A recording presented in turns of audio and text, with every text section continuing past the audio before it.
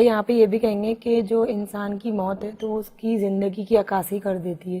بالکل موت ہی اس کا جی یہ بالکل ہے، سچ ہے یہ کہ موت ہی اس کی زندگی کو کھول دیتی ہے. مولانا رومی کی کہاوت ہے کہ چڑیا اور چڑا ایک درخت میں بیٹھے ہوئے تھے، تو سامنے سے بہت ہی عمدہ لباس پہن کے، بہت خوبصورت لباس پہن کے ایک آدمی چلا رہا تھا اور اپنے چہرے سے بڑا شریف لگ رہا تھا، لباس سے بہت کوئی معزز ترین انسان سمجھ میں آ رہا تھا.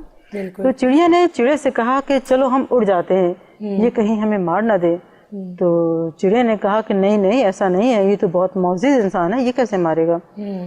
مگر تھوڑی دور آنے کے بعد اس معزز انسان نے اپنا پیچھے سے تیر کمان نکالا اور ایک نشانہ لیا اور نے چڑے کو مار دیا. چڑیا دربار میں ایک کہاوت ہے، یہ دربار میں شکایت لے گئی بادشاہ کے دربار میں کہ میرے سامنے سے اس طرح سے آ رہا تھا یہ اور اس نے میرے چڑے کو مار دیا. تو بادشاہ سلامت نے کہا کہ آپ پھر کوئی سزا تجویز کر دیں. چڑیا سے کہا اس آدمی کے لیے. تو چڑیا نے کہا کہ میں کیا سزا تجویز کروں، اس سے کہنا کہ یہ اگر شکاری ہے تو لباس بھی شکاریوں والا پہنے، معزز انسان والا لباس نہ پہنے کہ ہم دھوکا کھا گئے، مطلب بھیس بدل کر بدل کر نہ آئے. بالکل، یہ بھی ایک اداکاری ہے. بالکل اداکاری ہے جی. تو یہاں پہ دھوکے کا ورڈ آ جاتا ہے نا کہ بالکل، تو دھوکا ہی تو دے رہے ہیں ہم لوگ، اس طرح سے اپنے آپ کو اچھا ثابت کرنا، کوشش کرنا. بالکل.